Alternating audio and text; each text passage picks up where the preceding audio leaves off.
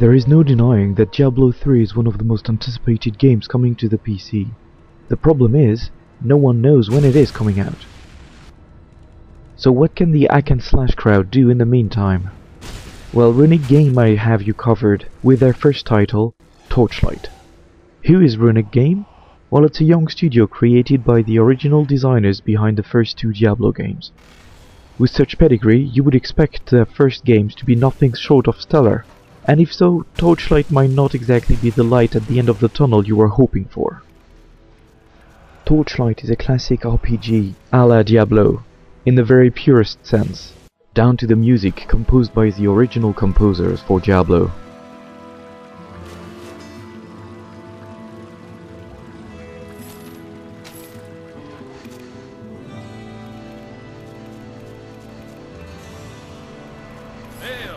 You will go down a deep dungeon, slaughtering countless enemies, gaining XP in the process, but most importantly, you will find amazing loot.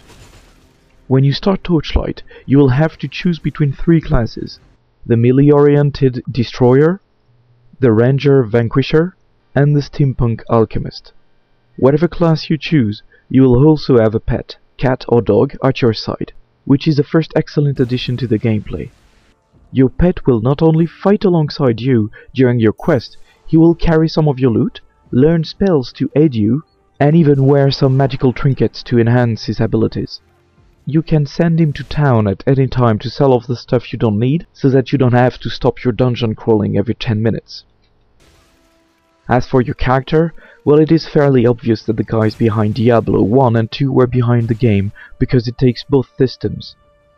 You will gain skill points, like in Diablo 2, for character-specific powers and abilities, but you will also find and buy spells that you can learn yourself, opening up the customization of your character a little bit further.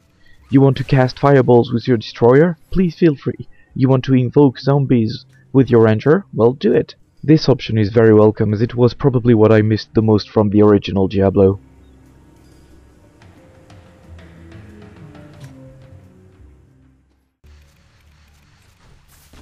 The combat in Torchlight is very fun. You will be facing hordes of enemies, and the powers you wield really makes you feel like a badass.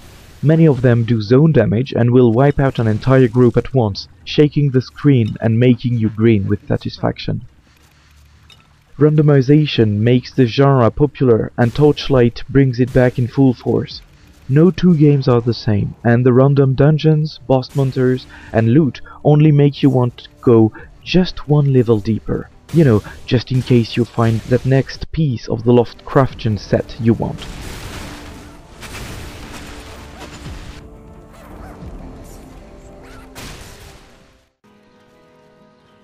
When you do get out of the dungeon, the folks in Torchlight offer everything you can wish for in such a game, and a little bit more.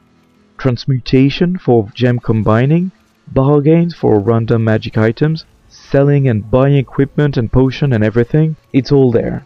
Down to the quest givers with their big question mark over the head. My favorite here is the enchanter, who will, for a fee, add new sockets or enchantment to your gear. A pricey but fantastic addition that is well worth the price of admission. As for the aesthetic of the game, well, as you can see in the video, it is very cartoony, pretty close to a World of Warcraft, for example, and it will probably have as many supporters as detractors. Considering the small budget this game had, it was a smart thing to do, and it will age well, which is always good. Plus, it runs on low-end PCs, which is always a good thing.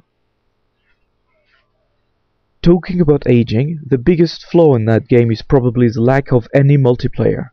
Sure, the single player is very fun and addictive, and of a decent length, but no multiplayer in such a game is a downer.